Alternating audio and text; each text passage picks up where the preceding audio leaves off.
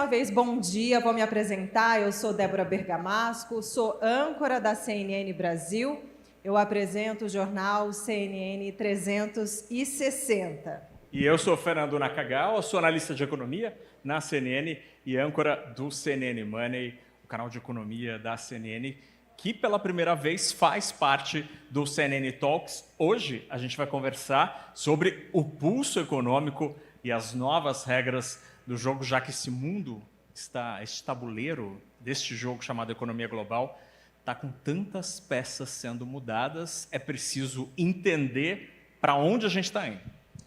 Bom, e a gente está aqui no CICB, que é o Centro Internacional de Convenções do Brasil, em Brasília, no Distrito Federal. Esse evento, como eu disse, tem cobertura multiplataforma da CNN Brasil. Então, é conteúdo em todas as plataformas.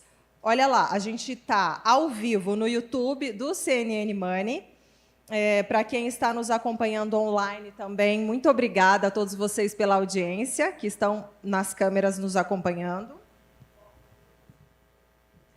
Também ao vivo na TV, Fernando Nakagawa no CNN Money, na TV, ao vivo, além da cobertura completa no portal da CNN Brasil, nas redes sociais do CNN Money. Então, muito obrigada também aos colegas da imprensa que, pela relevância dessa conversa, desses painéis, estão aqui fazendo a cobertura em loco e também pelas redes. Obrigada a toda a imprensa que está aqui.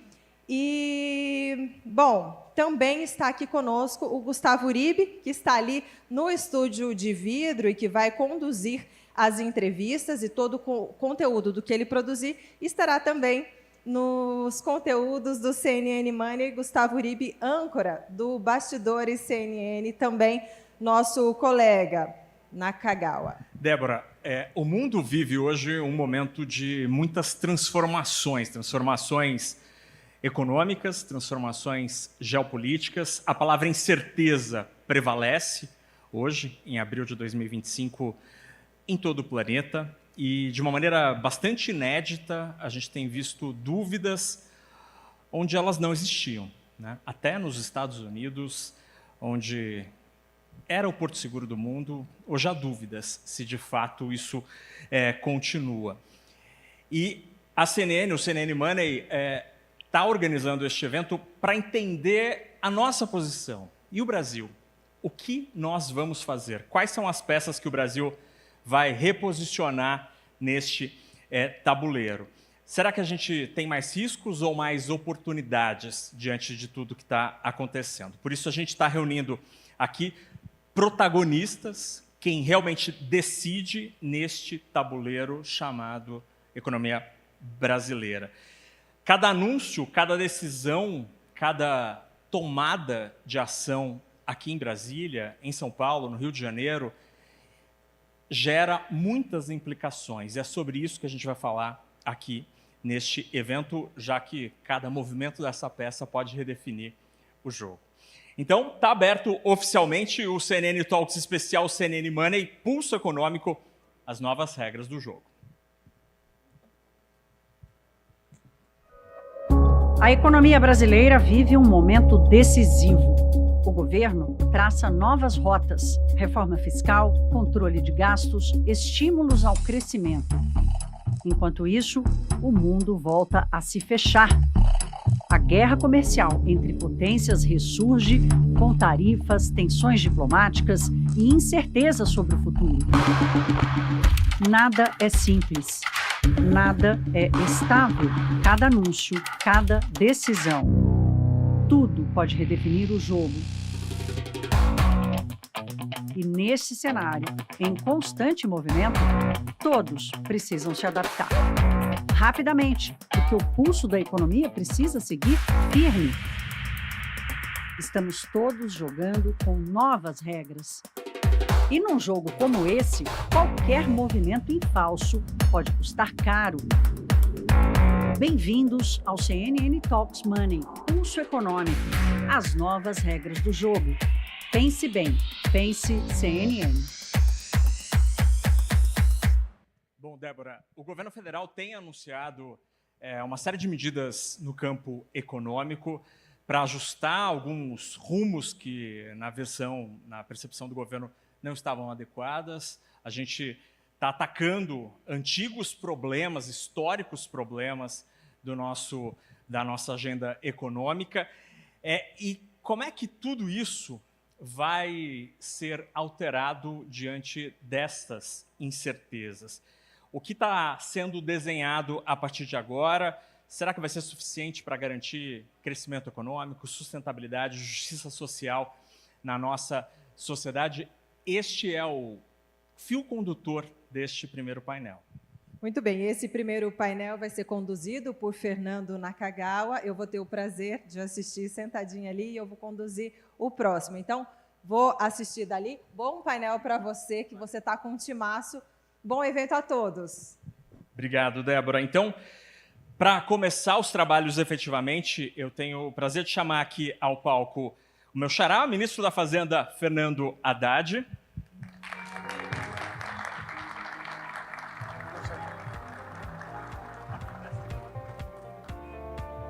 Também chamo o presidente da Câmara dos Deputados, Hugo Motta.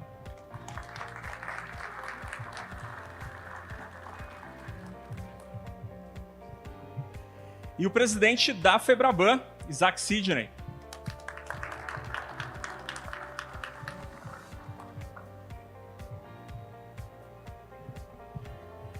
Bom, que painel com nomes efetivamente importantes e de peso, a quem eu os agradeço.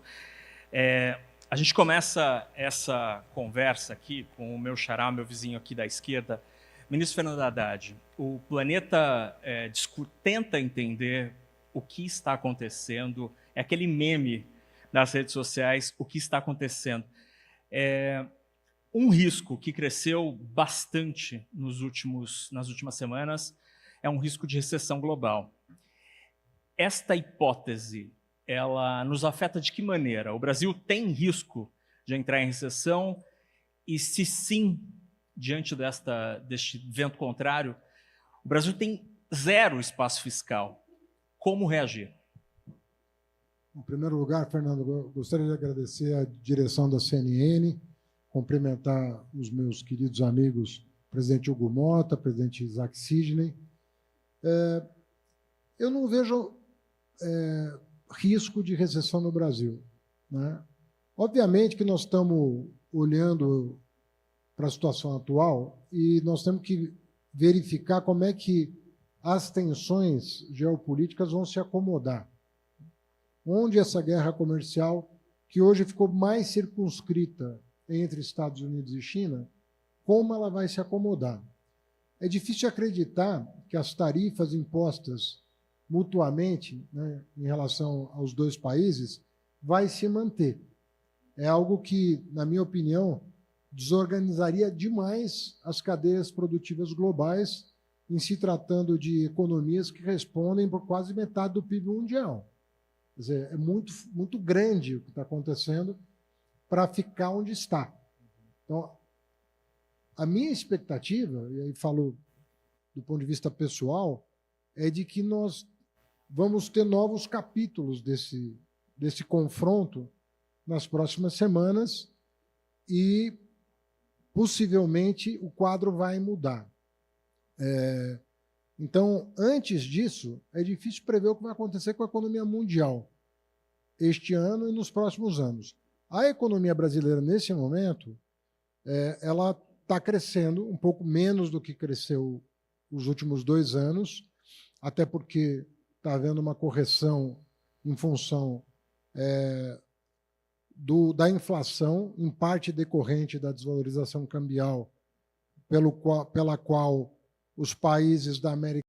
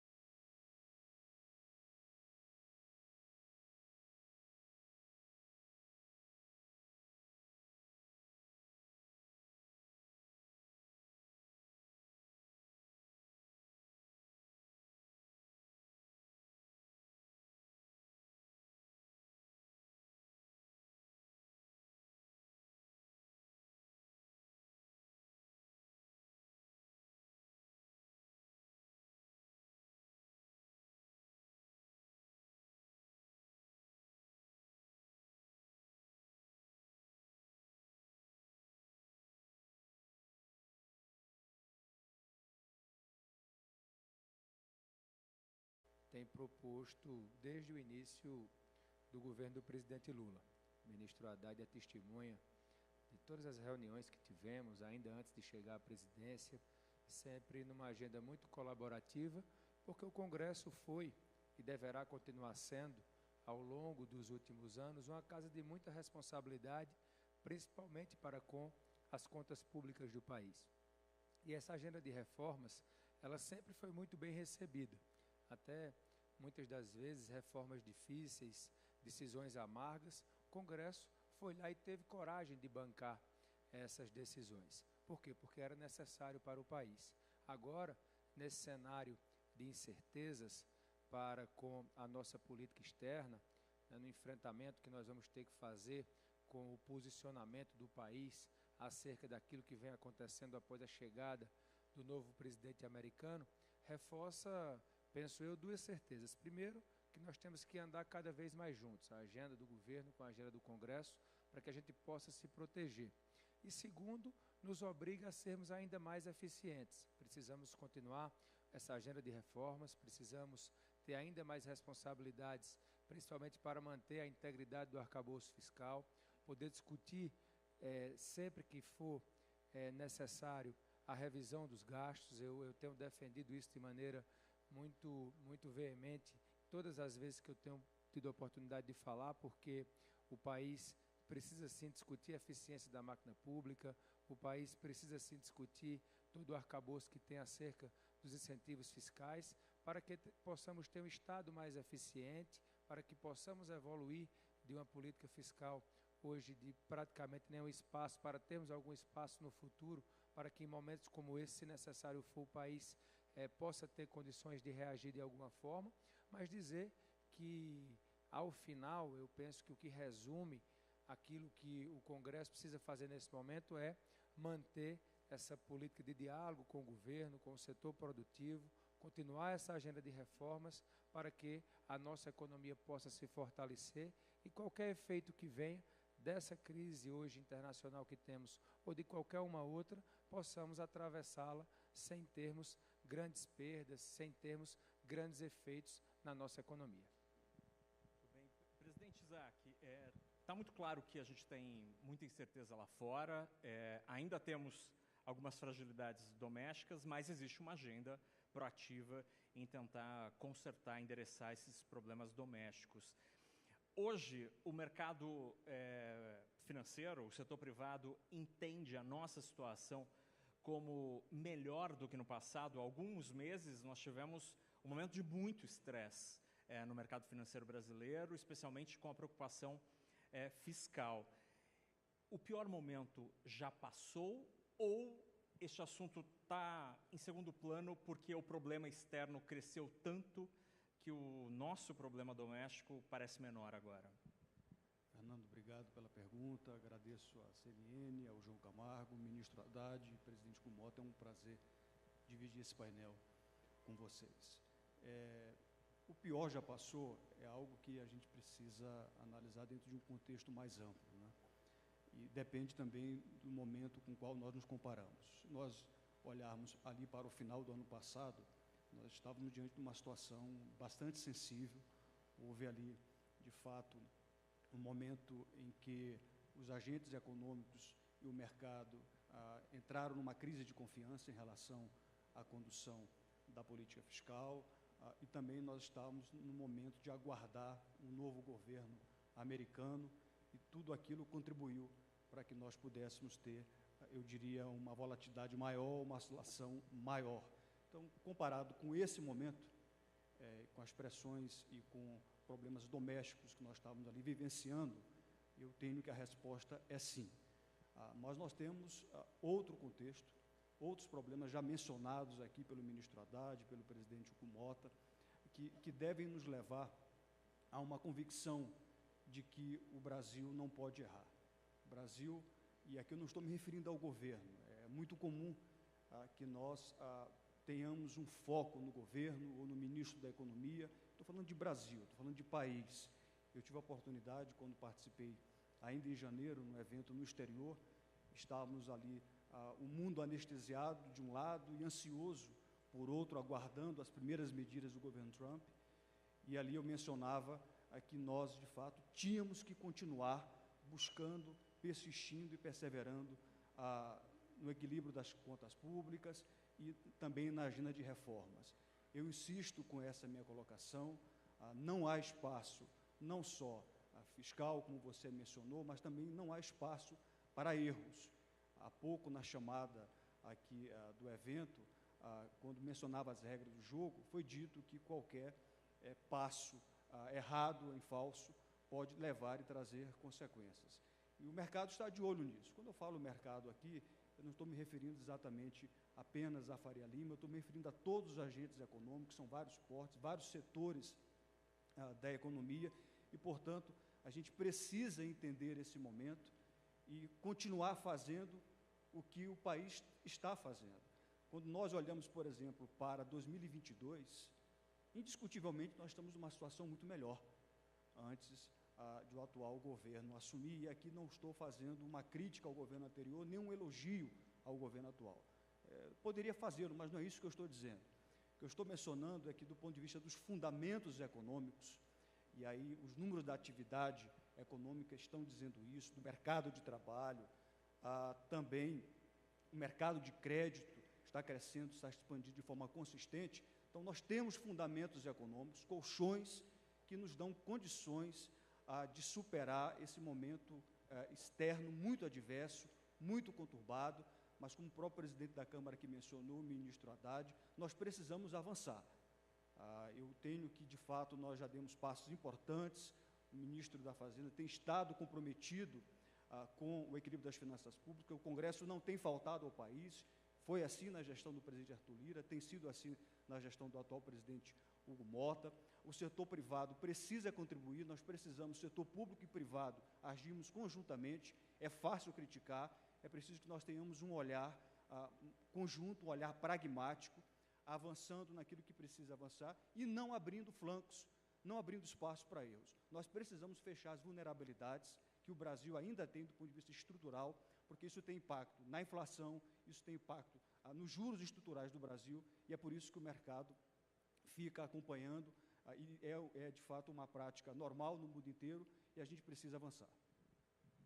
Bem, ministro, um grande item da tua agenda pessoal para esta segunda metade do mandato é a reforma do imposto de renda.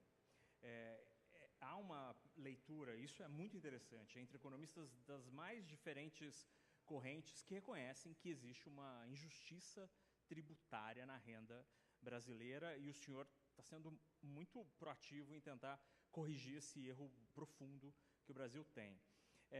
O texto chegou ao Congresso Nacional e há uma discussão ali sobre a compensação. Me parece ser muito claro que existe um amplo apoio, até pesquisas mostraram isso entre a sociedade, da isenção de R$5.000, mas há dúvida sobre como o Congresso Nacional vai compensar esta isenção. Uma das discussões, por exemplo, seria cortar gastos tributários, uma outra agenda que é muito cara ao senhor. Este modelo de isenção de até R$5.000, ao mesmo tempo em que há uma redução de gastos tributários para compensar essa conta, te agrada? Se isso sair, a gente não pode correr o risco, que o presidente Isaac diz que não há espaço para erros, para um erro de manter a injustiça tributária? Excelente pergunta, Fernando. Bom, em primeiro lugar, pela lei de responsabilidade fiscal, eu não tenho outro caminho a não ser esse. Eu tenho que compensar a renúncia, né, de quem ganha até 5 mil com a cobrança de quem não paga. Pode ser outro gasto tributário. Nós optamos por este gasto tributário que está consignado na lei. Qual é a escolha que o governo fez nesse momento para este projeto? Para este projeto, nós escolhemos 141 mil brasileiros que têm uma renda, em números redondos, de mais de 1 milhão, então estamos falando de brasileiros milionários que têm mais de 1 milhão de renda por ano, né? E que hoje não pagam impostos por uma série de brechas que a legislação atual permite. Então, Então, tem muita gente que simplesmente não paga imposto. Aí você fala, não, mas ele paga na pessoa jurídica. Nós estamos afastando quem paga na pessoa jurídica de pagar a mais. Quer dizer, se a pessoa paga a alíquota de 34%, ela não tem que se preocupar com a distribuição de dividendos, que continuará isenta. O problema é que existe um percentual muito pequeno de brasileiros, nós estamos falando de 140 mil pessoas, em 140 milhões de adultos no país, estamos falando de 0,1%, né, da população adulta, que efetivamente tem um ganho extraordinário para padrões brasileiros e hoje não pagam nada, pagam uma alíquota média de pouco mais de 2%. E o que o projeto diz é o seguinte: complete 10. Se você não paga 10, complete 10.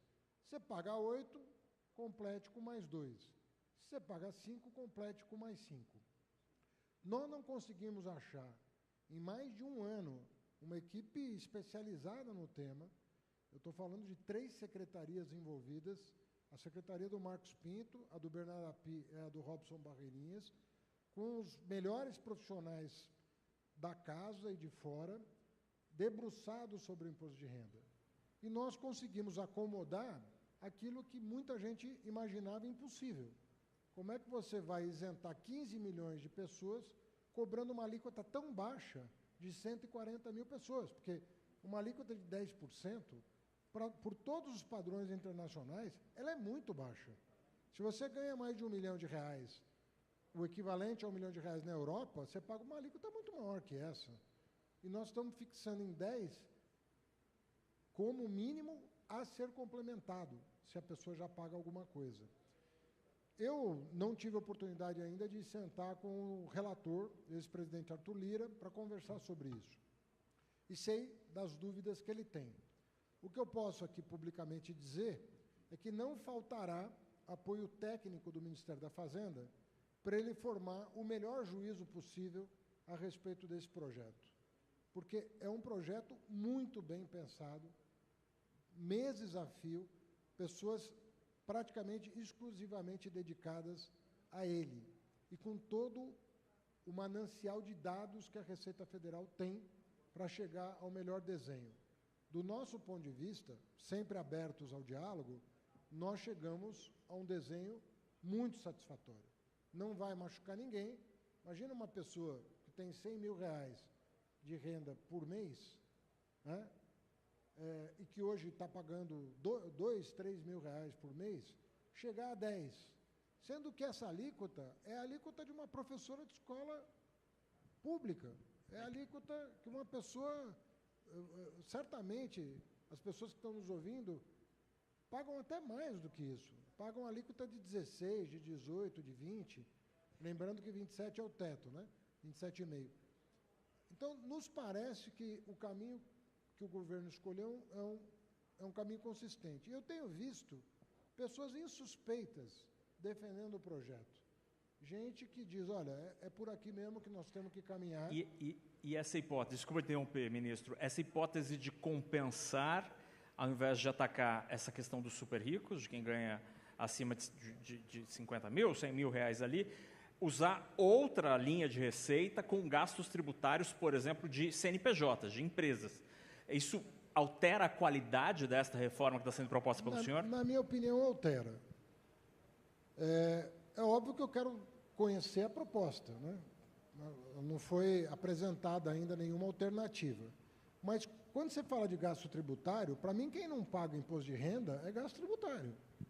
Você está isentando uma pessoa que deveria contribuir com o mínimo. Eu estou falando de pessoas que estão, assim, não é que a pessoa é do andar de cima, a pessoa é da cobertura, é um morador de cobertura que não está pagando condomínio. É mais ou menos isso que está acontecendo no Brasil. Então, me parece, assim, não estou falando de 30%, 40%, que são alíquotas comuns na União Europeia, nós estamos falando de 10%. É uma pessoa que não paga 10%. Então, na minha opinião, encontrar uma solução mais justa que essa, eu não consigo, nesse momento, até porque não conheço uma proposta alternativa. Agora, qual é a vantagem desta proposta adicional? Eu insisto em dizer, nós somos uma das 10 maiores economias do mundo e nós estamos entre as 10 piores em distribuição de renda. Não é compatível, é uma coisa muito errada que está acontecendo no Brasil.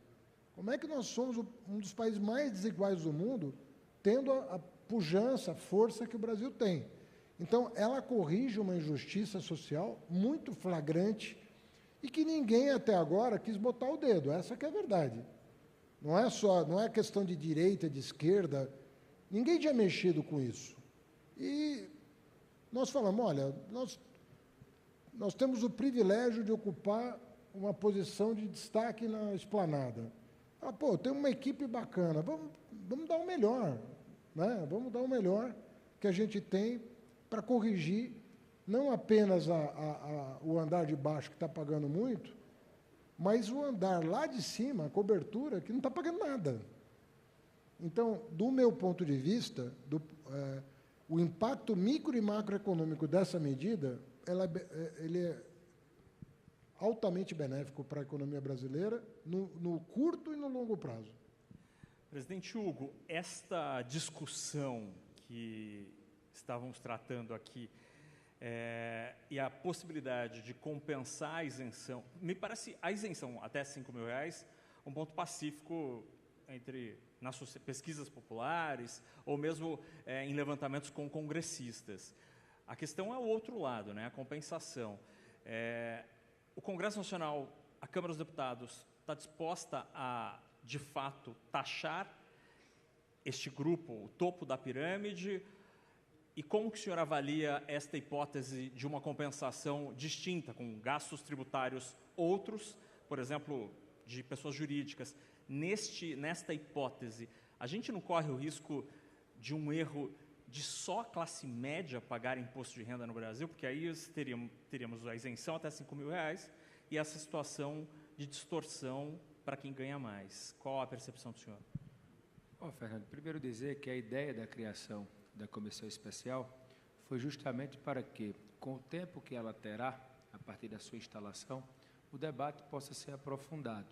Nós buscamos colocar a relatoria na mão de um deputado experiente, o ex-presidente Arthur Lira, que tem uma capacidade de diálogo com todos os campos políticos da Casa, também com o setor produtivo. A comissão será presidida por um deputado também experiente do PT, que é o deputado Rubem Júnior. Eu não tenho dúvidas que eles farão uma ampla discussão acerca dessa medida, é uma medida importante.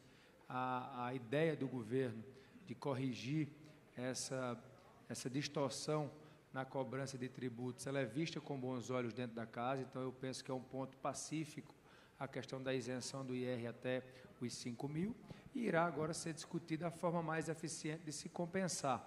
É claro que esse debate passa também pelo Ministério da Fazenda, com certeza o ministro Fernando Haddad será ouvido, irá à comissão especial para levar o ponto de vista do governo, e eu fiz questão de, no dia em que fui lá receber do presidente Lula a proposta, de dizer que praticamente seria impossível o Congresso não mexer numa proposta como essa. Por quê? Porque é do Congresso essa discussão.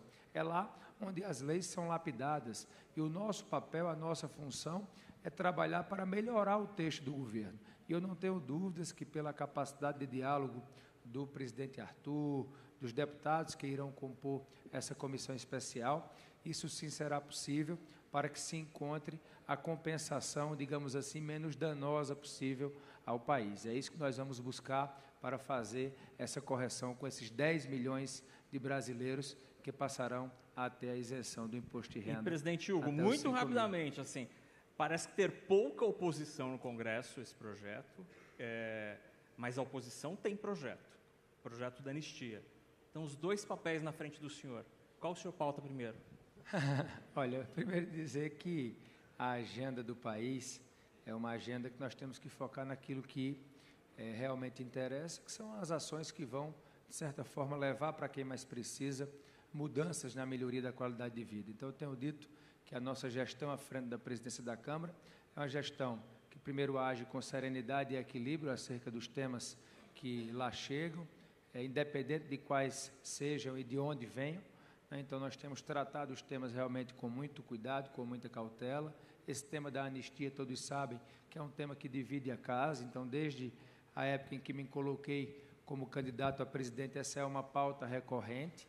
Agora temos na Câmara uma situação onde os deputados assinaram, ali a maioria dos deputados assinaram o pedido de urgência para que a anistia possa ser votada. Nós temos discutido com os líderes partidários, eu tenho sempre levado para o Colégio de Líderes essas decisões, mas buscando sempre não perder esse equilíbrio, essa cautela, até porque aquilo que a Câmara faz tem um impacto para com os outros poderes. Nós não precisamos, diante, principalmente do primeiro tema que foi colocado aqui nesse painel, no cenário de crise internacional, temos mais crise institucional aqui no Brasil, né? Nós temos que evitar essas crises, e isso só é possível com diálogo. Nós temos conversado, tanto com aqueles que defendem o projeto da anistia, como também com os partidos que estão contrários, para que o parlamento possa encontrar uma saída. Tenho dialogado também com o presidente Davi Alcolumbre, com quem temos tido, senador Eduardo, uma relação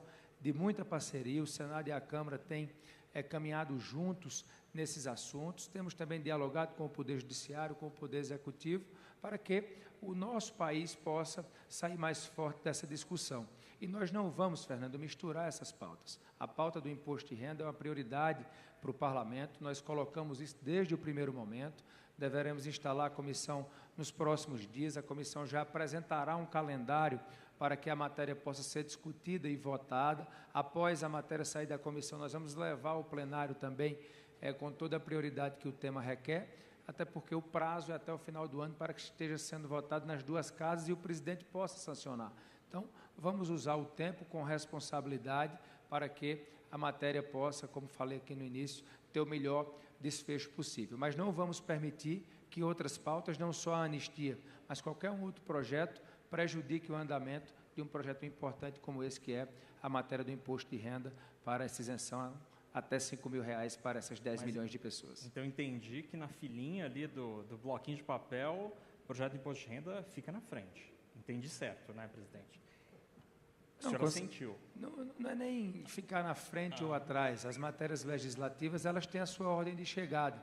Mas eu penso que para a população brasileira, numa ordem de prioridade, a matéria do imposto de renda tem, sim, um apelo muito maior, porque nós estamos tratando de possibilitar as pessoas que menos têm terem uma renda a mais. E isso é muito bom e eu penso que será uma matéria que não teremos oposição dentro da casa, até porque procuraremos construir da melhor maneira possível. Está claríssimo, obrigado. Agora, presidente Isaac, sempre quando a gente tem uma discussão sobre compensação em arrecadação, em se tratando de impostos, aparecem 4 letras, CSLL, que é a Contribuição Social sobre o Lucro Líquido e que pesa muito para os bancos. Eu ouvi aí nas últimas semanas gente lembrando dessas 4 letras aqui em Brasília. Os bancos têm espaço para pagar mais CSLL? Se sim, quem vai pagar a conta? Sai da margem de lucro ou isso vai ser repassado para os clientes? Fernando, eu acho que a resposta para mim é muito clara. Eu acho que nós não suportamos mais pagar impostos. Não são os bancos. Nós estamos falando de impostos indiretos que são imediatamente repassados para o custo dos bens e para o custo dos serviços. Crédito é exatamente isso. Uma concessionária, por exemplo, de veículo vai vender carro, o supermercado vai vender gênero alimentício e os bancos vendem crédito. E crédito custa. Os bancos têm de captar, o custo de captação é elevado, nós ainda estamos com uma curva de juros futuros que pesam na captação e nós temos também outros fatores que têm um peso muito grande no custo de emprestar. Por exemplo, a carga tributária. O setor bancário brasileiro é um dos 5 países do mundo em que há tributação sobre intermediação financeira. Não estou aqui me referindo, por exemplo, à tributação corporativa, imposto de renda e CSLL. Então, já pesa sobre o crédito, são pouquíssimos países no mundo que fazem isso, a tributação sobre a receita com a intermediação financeira. Não bastasse isso, o setor bancário tem uma alíquota nominal corporativa maior do que todas as demais empresas.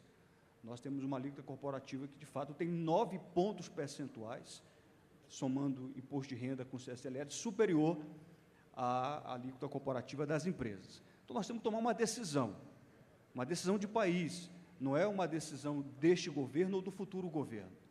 Qual é o mercado de crédito que nós queremos? O crédito é uma alavanca fundamental para a economia. Nós estamos, por exemplo, com o crédito crescendo para as famílias em torno de 12%. É um crescimento ainda muito forte, sobretudo levando em conta a toada restritiva da Selic. Aliás, a Selic elevada já está batendo na porta do crédito.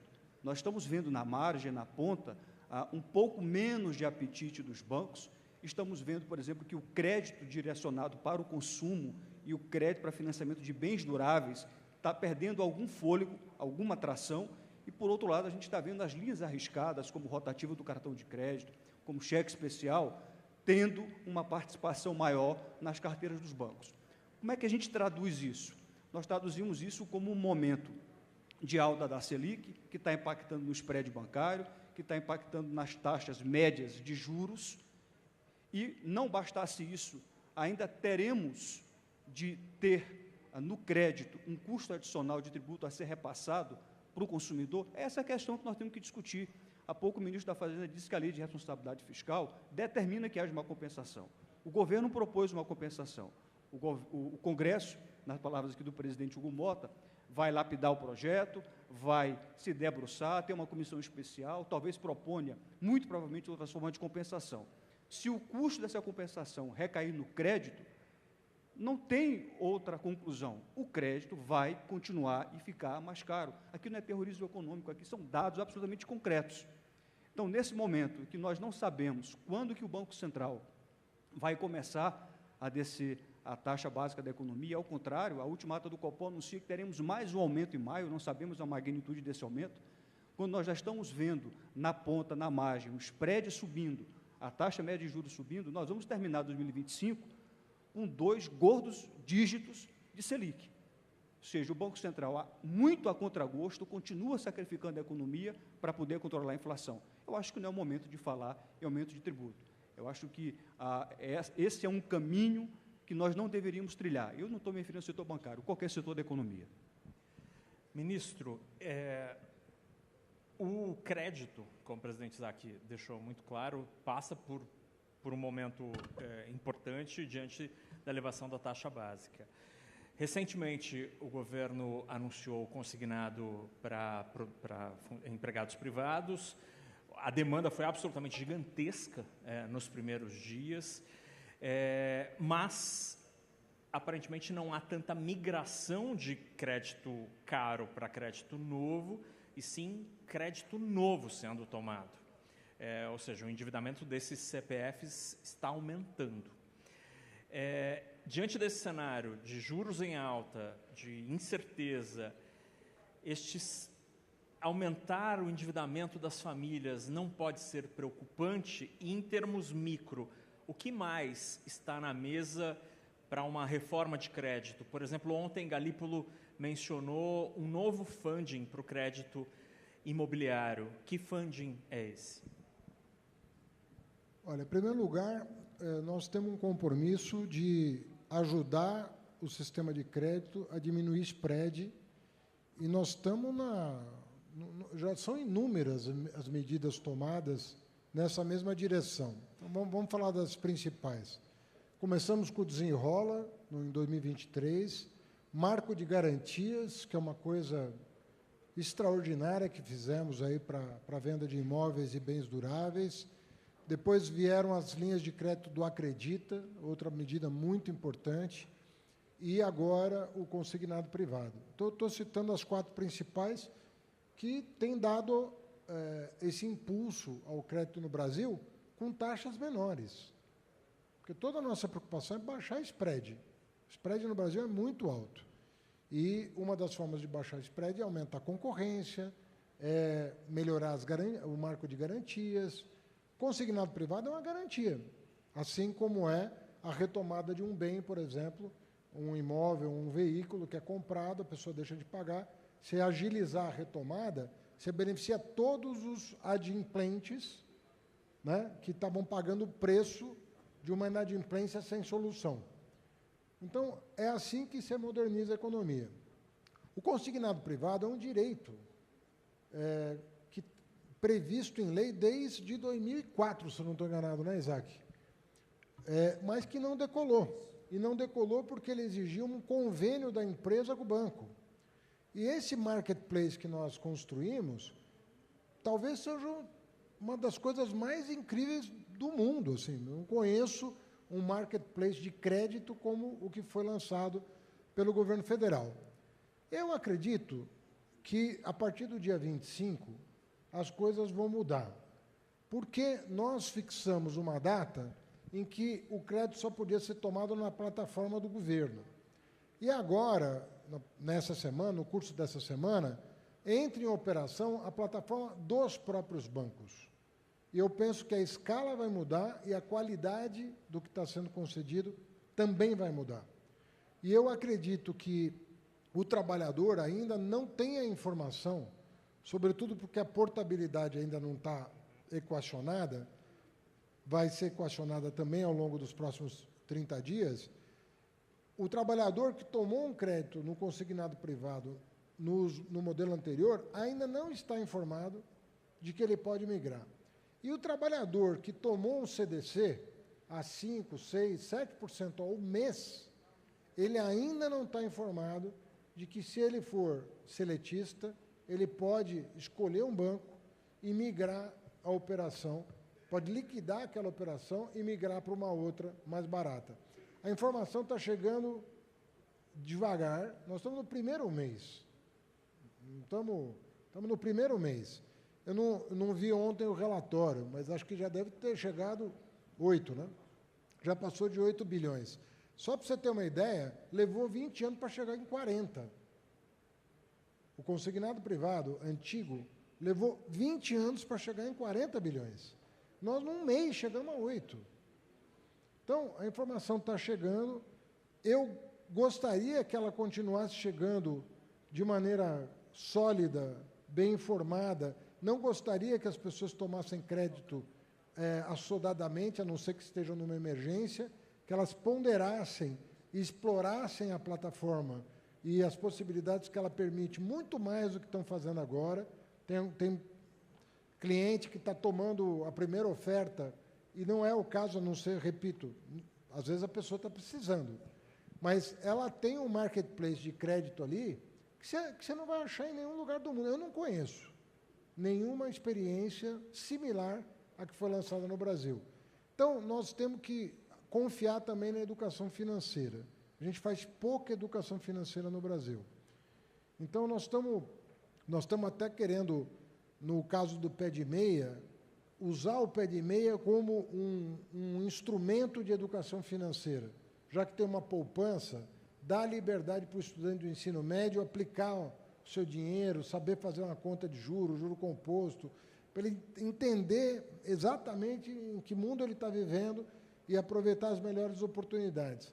Então, está muito cedo para dizer, mas assim, é um sucesso o consignado privado. Nós temos etapas a cumprir ainda, porque nós temos que verificar no I-Social o desconto que vai ser feito pelo empregador, ele vai receber a notificação de quanto que ele tem que descontar para repassar para que o valor seja repassado para o credor. Então, tem uma delicadeza ainda nas primeiras semanas. Então, é bom que ele esteja indo passo a passo, mas a informação vai acabar chegando, as pessoas vão aprender a lidar com essa ferramenta e vão se beneficiar muitíssimo disso. Tudo somado, tudo que eu citei, eu ainda disse para o presidente outro dia, num evento com o pessoal da construção civil, que ainda nós estamos devendo uma solução para o mercado secundário de créditos imobiliários no Brasil. O Brasil não tem um bom mercado de crédito imobiliário, um mercado secundário de crédito imobiliário. Então, fica tudo no balanço do banco. E o banco não consegue limpar o balanço para alavancar a poupança orientada para o crédito imobiliário. Estamos estudando isso, acho que é uma última etapa deste governo que tem que ser cumprida, mas eu acredito que nós vamos melhorar muito o ambiente de crédito no Brasil. É um dos legados que eu penso que a Fazenda vai deixar, para além da reforma dos tributos, que aí é inestimável o impacto da reforma tributária sobre a economia brasileira no médio e longo prazo. Então, eu posso esperar, ministro, que o financiamento imobiliário pode, no médio prazo, ganhar reforço de funding via negociação de carteira já concedida, com crédito, então, direitos creditórios. É o que eu te falei. A alta da Selic adiou um pouco os planos que nós tínhamos para essa carteira.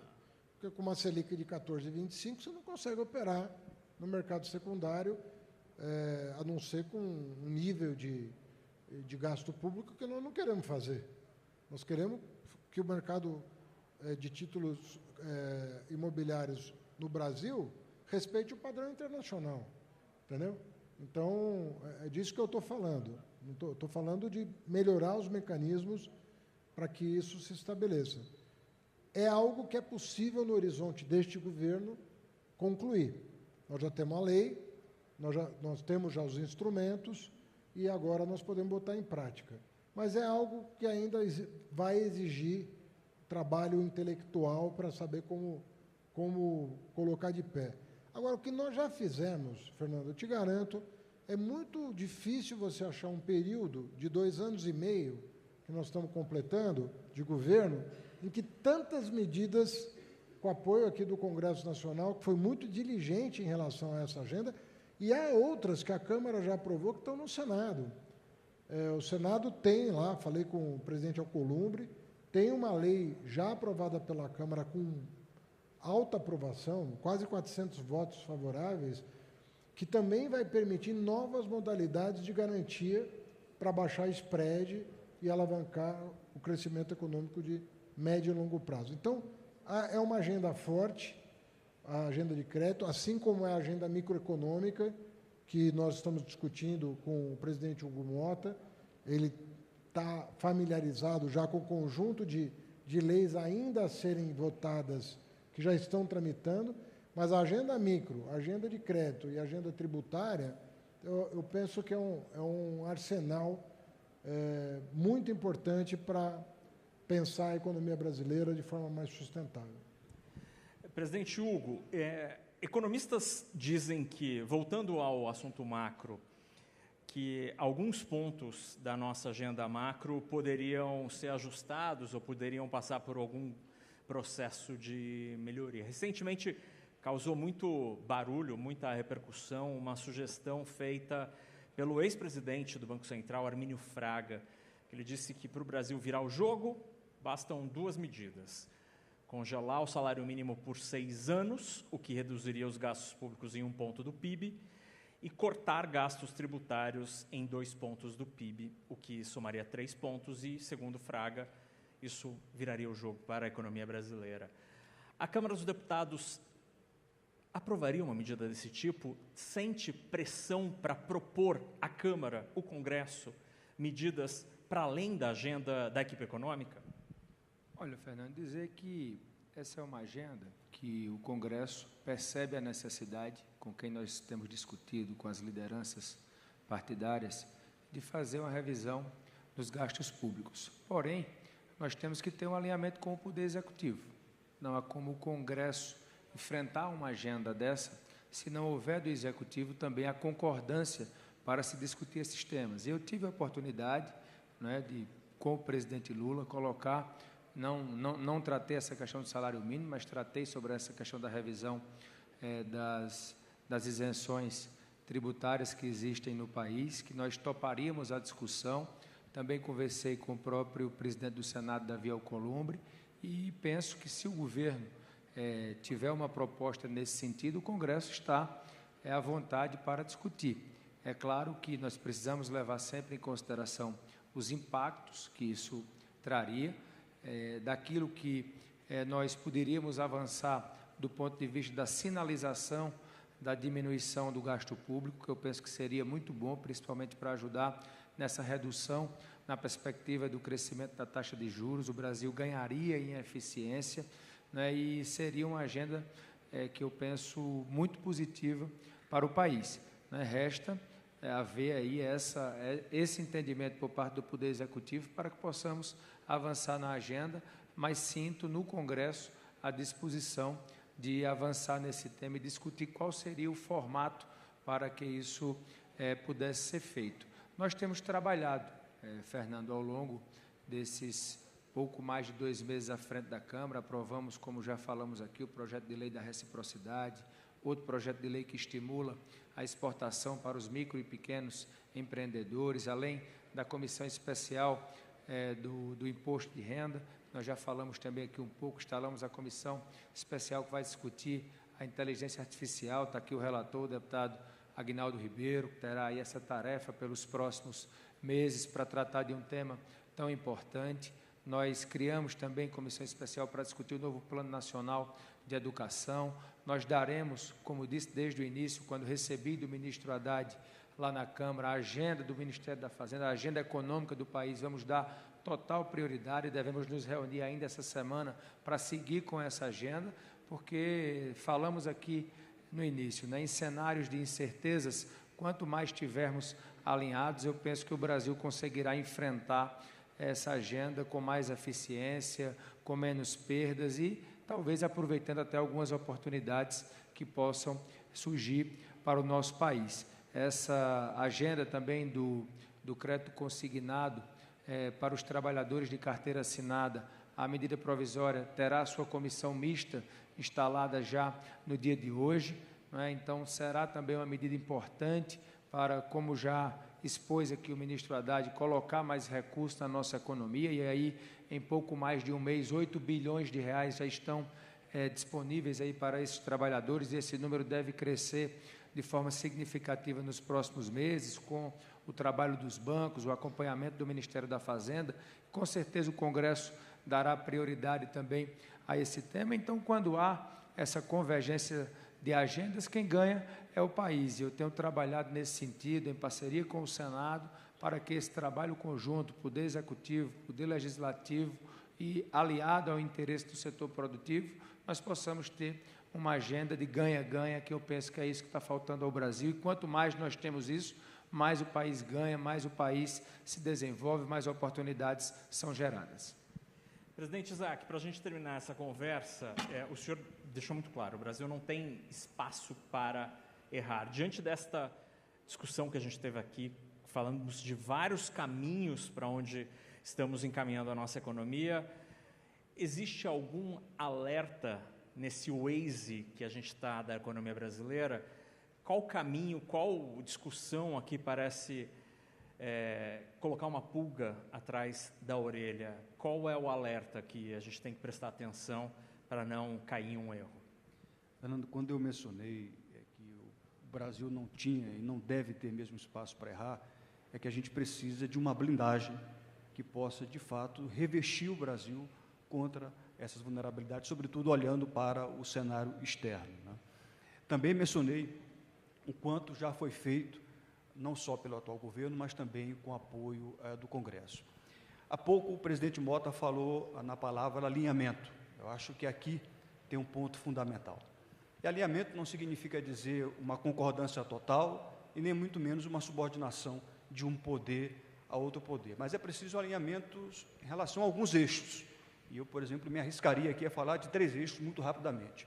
O equilíbrio macroeconômico, que é algo que tem que ser perene, é um processo contínuo, não tem prazo para acabar. E esse equilíbrio macroeconômico, ele passa, sobretudo, também pela continuidade da atuada que o país precisa ter do ponto de vista do equilíbrio das contas públicas. Eu não tenho a menor sombra de dúvida nisso. E aí, nós não podemos, por exemplo, incorrer no risco ou em alguma ansiedade diante de uma eventual desaceleração global, termos impulso fiscal para fazer com que a nossa economia, de fato, possa não ter um crescimento menor. Nós temos fundamentos, não precisamos de mais, não temos espaço para impulso fiscal. Então, esse seria o primeiro pilar de alinhamento entre o governo e o Congresso Nacional.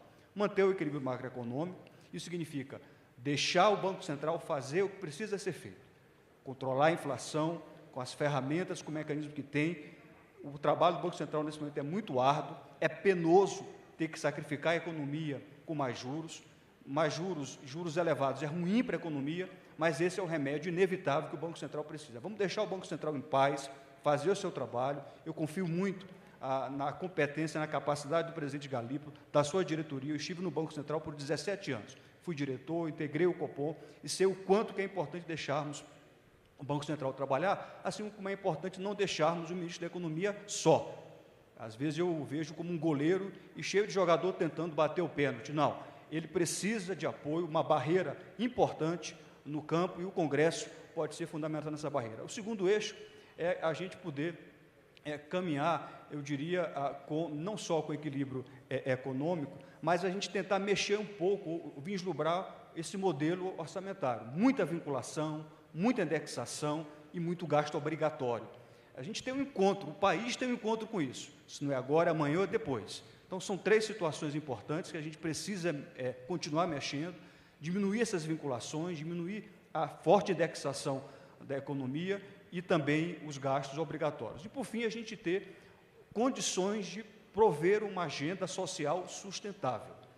E aí isso é fundamental. E, para isso, as 2 primeiras premissas são importantíssimas, que é o equilíbrio macroeconômico e a gente poder avançar na agenda de reformas que o Congresso tem feito. Se nós tivermos o alinhamento nesses 3 eixos, a gente continua olhando para frente, não abrindo espaço para erros. Isso vai fortalecer os fundamentos econômicos e vai gerar apetite no setor privado. A gente também precisa tirar um pouco a ideia de que reduzir gastos tributários é, de alguma forma, uma agenda que desacelera a economia. Não é. Não existe esse impacto necessariamente recessivo, né? Os gastos fiscais, quando eles são substituídos, por exemplo, por investimentos privados, é uma agenda muito melhor. E é isso que a gente tem feito, é isso que eu vejo na postura, no comprometimento do ministro Haddad, no alinhamento com o Congresso. Eu acho que isso não é pouco. A questão é não retroceder. Não tem como não perguntar, né, ministro? O presidente Isaac disse ali, o senhor se sente só? Rapaz, o ministro da Fazenda é um cargo peculiar, né? Porque você tem uma esplanada que tem milhões de desafios para atender a população, interesses legítimos da população. Você tem um Congresso que tem uma agenda, o Judiciário que nem sempre, né? Até ultimamente, a gente tem tido, quando eu digo ultimamente, alguns anos já, de trabalho junto ao Judiciário, que tem promovido uma conciliação em torno do objetivo também da sustentabilidade fiscal. Nós tiramos mais de R$1 trilhão do mapa de risco fiscal de natureza judicial, da Lei de Diretrizes Orçamentárias. Isso não é pouca coisa. Agora, é um trabalho, como ele disse, o Isaac, é um trabalho permanente. Se você descuidar da zaga, você vai tomar um gol. Então, ele tem essa peculiaridade. Ele será sempre assim. Eu nunca vi um ministro, eu não conheço assim, a história de um ministro da Fazenda que tenha podido baixar a guarda, que tenha podido... É uma atenção permanente em relação a tudo que está acontecendo para salvaguardar o interesse do país. Então, é um trabalho interessante, eu diria. Vale muito a pena. Não sozinho. Você aprende bastante lá no Ministério da Fazenda. Muito bem, gente. Eu agradeço demais o ministro da Fazenda, Fernando Haddad, o presidente da Câmara dos Deputados, Hugo Mota, e o presidente da FEBRABAN, Isaac Sidney, por essa discussão interessantíssima. Temos problemas, mas todos estão mapeados e encaminhados, e agradeço muito aos 3 aqui pela discussão. Obrigado, gente.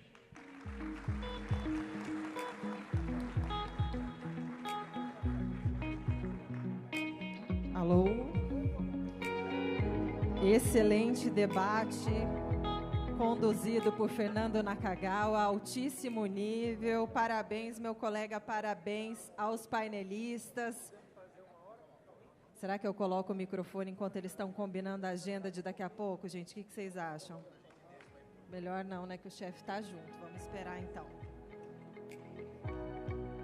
Olha, o nosso próximo debate, nosso próximo painel é muito importante, porque a nossa curadoria convidou parlamentares, aqui o nosso tema, né, é Pulso Econômico, as novas regras do jogo.